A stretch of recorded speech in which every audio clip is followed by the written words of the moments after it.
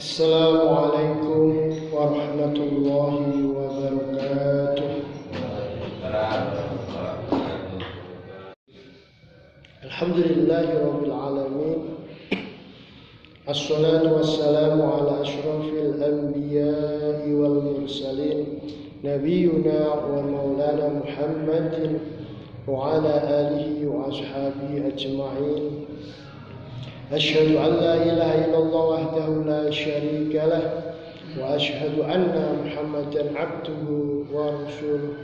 Rabbi ishrah li sadri wa yassir li amri wahlul 'uqdatam min lisani yafqahu qawli. Subhanaka la ilma lana illa ma 'allamtana innaka antal alimul hakim. Bapak Ibu yang dimuliakan Allah Subhanahu wa taala, syukur alhamdulillah pagi hari ini wulan panjenengan sami tidak diputus oleh Allah Subhanahu wa taala nikmatnya. Bahkan dilimpahkan nikmatnya kepada kita semua. Yang terpenting adalah nikmat iman dan nikmat Islam kita, sehingga kita masih menetapi dan meyakini bahwasanya dinul Islam, agama Islam ini adalah agama yang paling diridhai oleh Allah Subhanahu wa taala. Nusolli wa nusallim ala nabiyyina karim. Semoga sholawat dan salam selalu tercurahkan kepada junjungan kita, Nabi kita Muhammad sallallahu alaihi wasallam, karena beliaulah yang selalu memberikan kabar gembira kepada kita, dan semoga kita nanti bersama beliau dan para sahabatnya di yaumil qiyamah nanti. Allahumma amin. Bapak Ibu yang dimuliakan Allah Subhanahu wa taala. Memang akhir-akhir ini banyak flu dan banyak batuk nih Bapak Ibu. Wah. Untung ora di napa kirake malah dadi wong batuk flu napa-napa. Alhamdulillah. Padahal penyakitnya rada dangu-dangu niku nek watuk karo flu bisa setengah wulan niku. Nggih, Bapak Ibu yang dimuliakan Allah, selalu jaga kesehatan, selalu vitamin C-nya diperbanyak. Saya mau menyampaikan sebuah cerita saja nih Bapak Ibu. Nanti kita pahami bareng-bareng di dalam isi hikayah ini. Semoga kita bisa mengambil ibrahnya dan kita bisa mengaplikasikan dalam kehidupan kita betul-betul penuh dengan ideologi, penuh dengan keyakinan.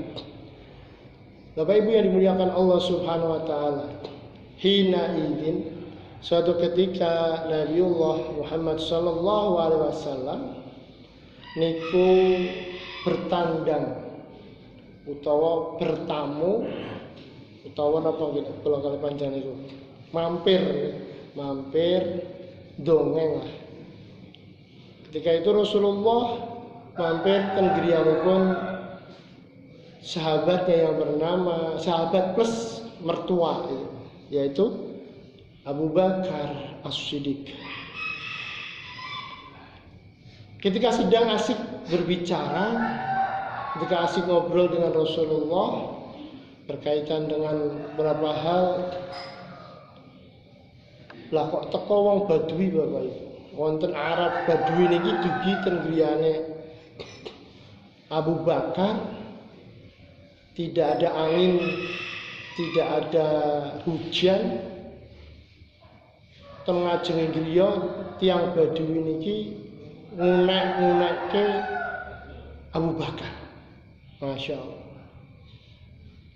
Kula nek kalih panjenengan diunek ngaten iku mesti napa?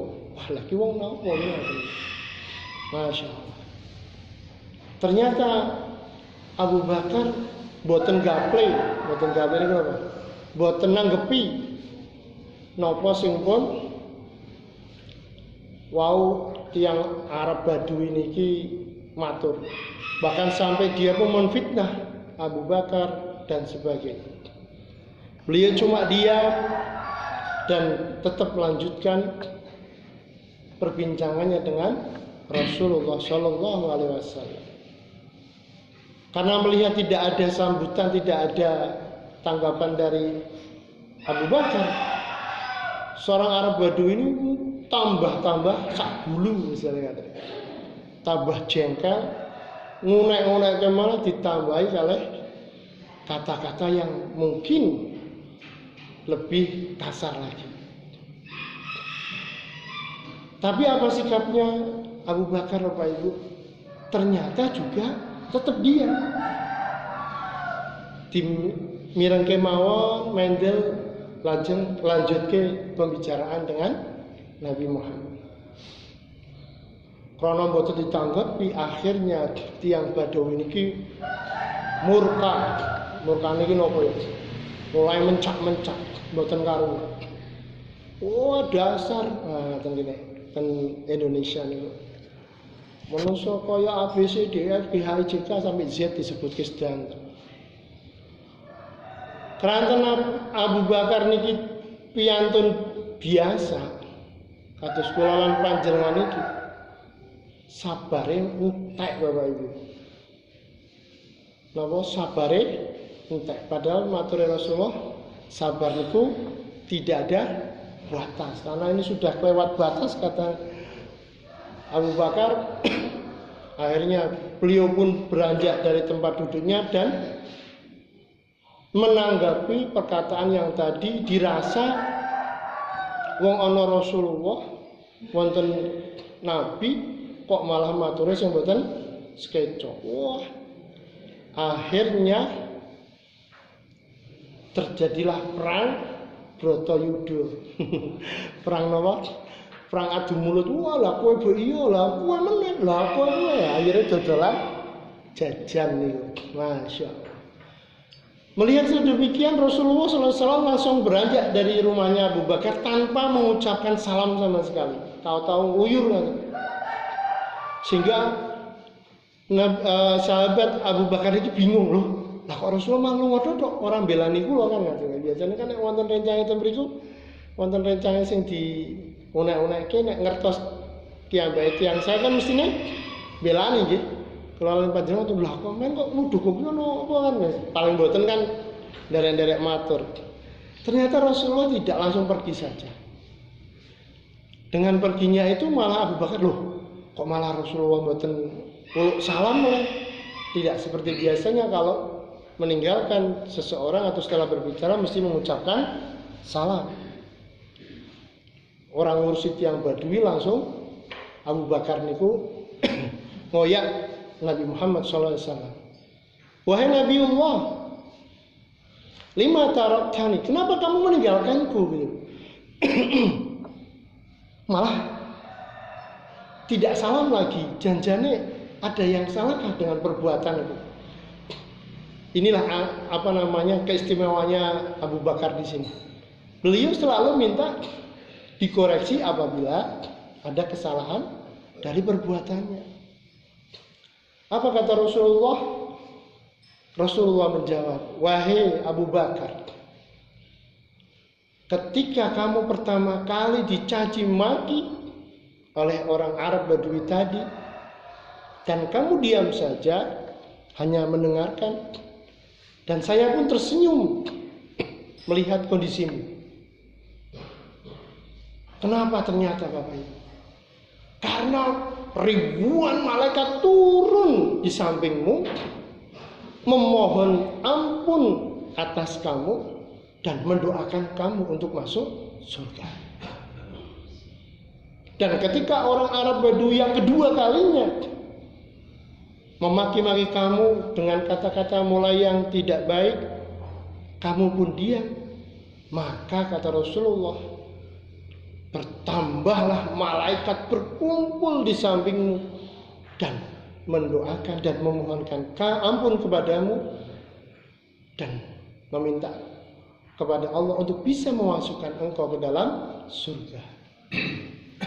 Tapi yang ketiga kalinya engkau pun mulai tidak sabar dan hilang kesabarannya, maka para malaikat itu tadi kabur seketika. langsung minggat kabeh. Hadirlah di situ yang namanya iblis. Dan kata Rasulullah, saya tidak mau berdekatan dengan iblis, maka aku meninggalkan dirimu. Dan kenapa aku tidak mau mengucapkan salam? Karena di sampingmu ada iblis, maka saya tidak akan mengucapkan salam kepada iblis. Maka kalau ada orang yang lagi marah-marah, jangan disalami gitu. Karena kita juga sama-sama menyalami sesuatu yang ada di sampingnya. Apa itu? Biasanya ada yang namanya iblis, setan, dan sebagainya. Bapak Ibu yang dimuliakan Allah Subhanahu wa taala. Memang sabar niku terkadang harus sakit dan perih. Karena apa? Memilih untuk sikap diam itu kadang-kadang malah menghadirkan sebuah kenikmatan, sebuah pahala yang besar. Daripada kita ikut-ikutan membalas dari apa yang diucapkan tadi. Makanya Rasulullah SAW menegaskan dalam hadisnya yang sangat-sangat populer, an Abi Hurairah radhiyallahu anhu ani Rasulillah sallallahu alaihi wasallam qala man kana yu'minu billahi wal yaumil akhiri falyaqul khairan aw liyasmut. Apa nggih? Wa man kana yu'minu billahi wal yaumil akhir falyukrim jarahu. Wa man kana yu'minu billahi wal yaumil akhir falyukrim dhaifahu.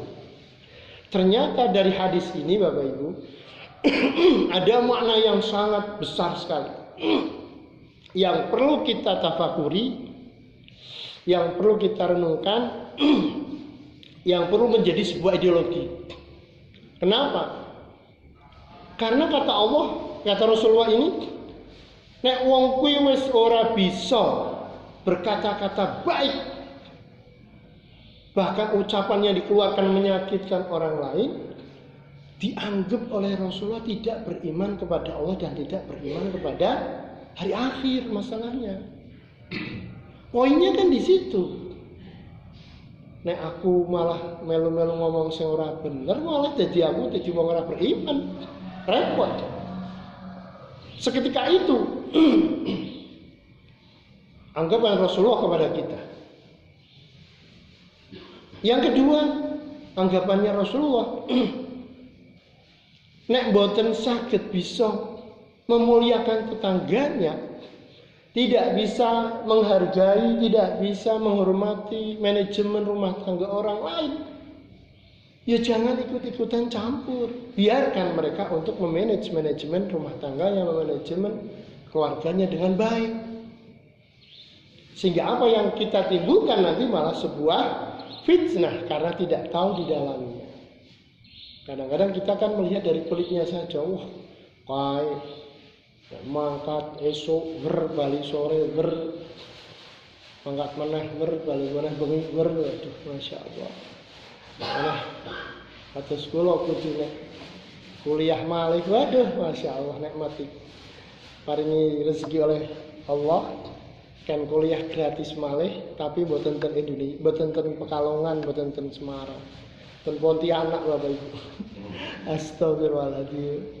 Karena itu sudah dari ketentuan direktorat ya sami nawat. Masya Allah, nikmat Allah. Makanya falyakul khairan aw liyasmut, lebih baik diam. Yang ketiga, falyukrim dhaifah. Siapapun yang datang kepada kita, bagaimanapun dia itu mau berkata dengan kita, maka kita jangan ikut-ikutan tersulut dengan kondisinya. Dimuliakan. Bapak ngelak badhe nginjuk, oh ana wong jengkel kok ngombe ambek menawa mature ben rada lantang monggo. Kunjuk riyen kan ngaten. Terus mangke mature ben rada lantang melih kan ngaten. Masyaallah Pak Ibu. Makanya Nabiullah Muhammad sallallahu alaihi wasallam berpesan kepada Ali bin Abi Thalib tentang yang satu ini. Apa kata Nabi dalam wasiatnya itu? Yang pertama, ya Aliun, wahai Ali, la tu'ayyir, ojo seneng ngelek-ngelek ahadan ing sewajine manusa bima fihi lan sesuatu sing ana ing dalem wong kuwi. Maksudnya apa? Kondisi tubuhnya. Mungkin barangkali nyun sewu ada yang kurang lengkap. Yang kedua mungkin salah satu dari anggota tubuhnya ada yang mengecil, atau mungkin dari berjalannya tidak bisa tegak dan sebagainya. Ampun, kata Rasulullah. Kata Rasulullah, fama min lahmin illa wa fihi admun. Tidak ada satu daging pun kecuali dalamnya pasti ada tulangnya. Maksudnya nopo? Aja mau ino kuwi daging jujur lah, bocah kok lemune por kok mbul dong jotos jenengan jeduk, aduh kok jebuna loro. Kenapa? Di dalamnya masih ada tulang. Kadang-kadang kita cuma melihatnya dari sisi luarnya saja. Wala kafaratan ligiyabihi, wala kafaratan ligibatihi, ora bakal bisa menghapus dosa dari komentare wau, ghibahe wau, ngerasani wong wau, mencela orang tadi, hatta sampai wong kuwi mau yastahillahu, nyuwun kehalalane. Nyun sewu yo, misalnya kali Pak Kaji Pak sewu aku mau ngrasani jenengan. Lah piye? Aku ngelak-ngelak jenengan, jare jenengan njaluk ngapurane nggih. Harus begitu. Aduh, apa ora sida? Oh, alah mak ceplok. Kan mesti ngoten lho. Jebule menang-menang kowe nang buriku, arep nang buri sampeyan, nang ngarepe sampeyan. Masyaallah. Nyuwun kehalalane lho Bapak Ibu. Nek mboten dihalalke, waduh, naudzubillah. Au yastaghfira lahu.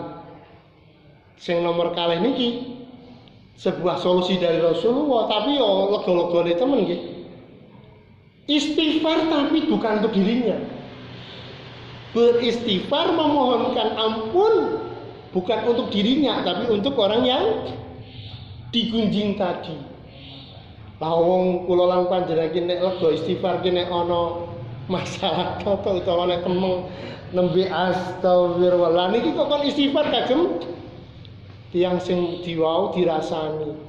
Lah wis dirasani kok istighfar nggo wong sing kuwi ya lucu. Makanya niki sebuah perbuatan yang kata Rasulullah SAW untuk betul-betul mengikat lidah kita ya. Makanya jangan sampai merucut nih. Nomor kali kata Rasulullah, ya Aliun, hai Ali, ma khalaqallahu fil insani, ora ana sing diciptake Allah fil insani ing dalem strukture tubuhipun manusa afdhala, luweh utama, luweh afdal minal lisani, saking penciptaan lidah yang satu ini. Lisan. Kranten apa niki? Bihi, kelawan lidah wau yadkhulu al jannata, nyebake mlebet swarga. Wa yudkhulu juga an-nar, dan menyebabkan orang itu juga mlebet neraka.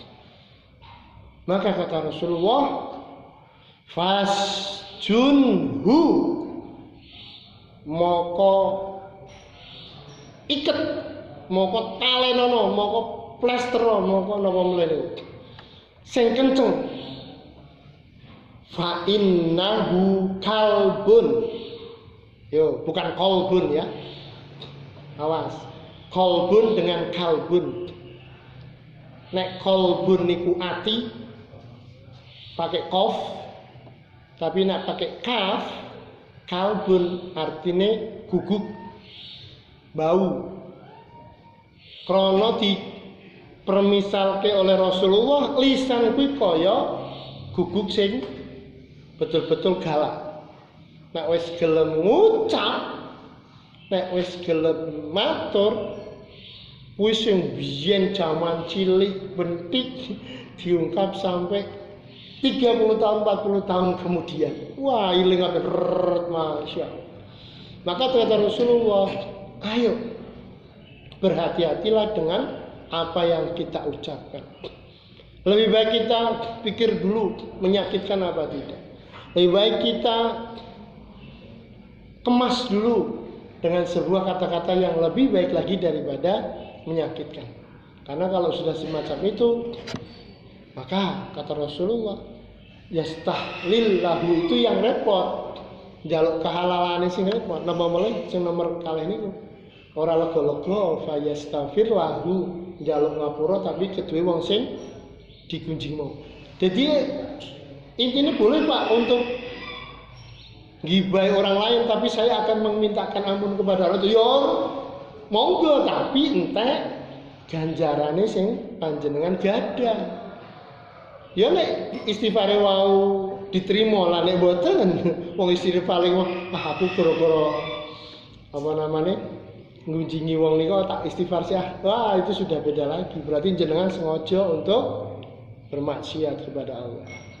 Yang nomor 3 terakhir. Ya Aliun, wahai Ali, la tal'an musliman, ojo seneng napa ya nek kula lan panjenengan laknat ya mboten laknat tapi napa ya nek laknat itu medeni temen. Ojo seneng laknat wong muslim, ojo seneng apa ya nyepatani wong muslim.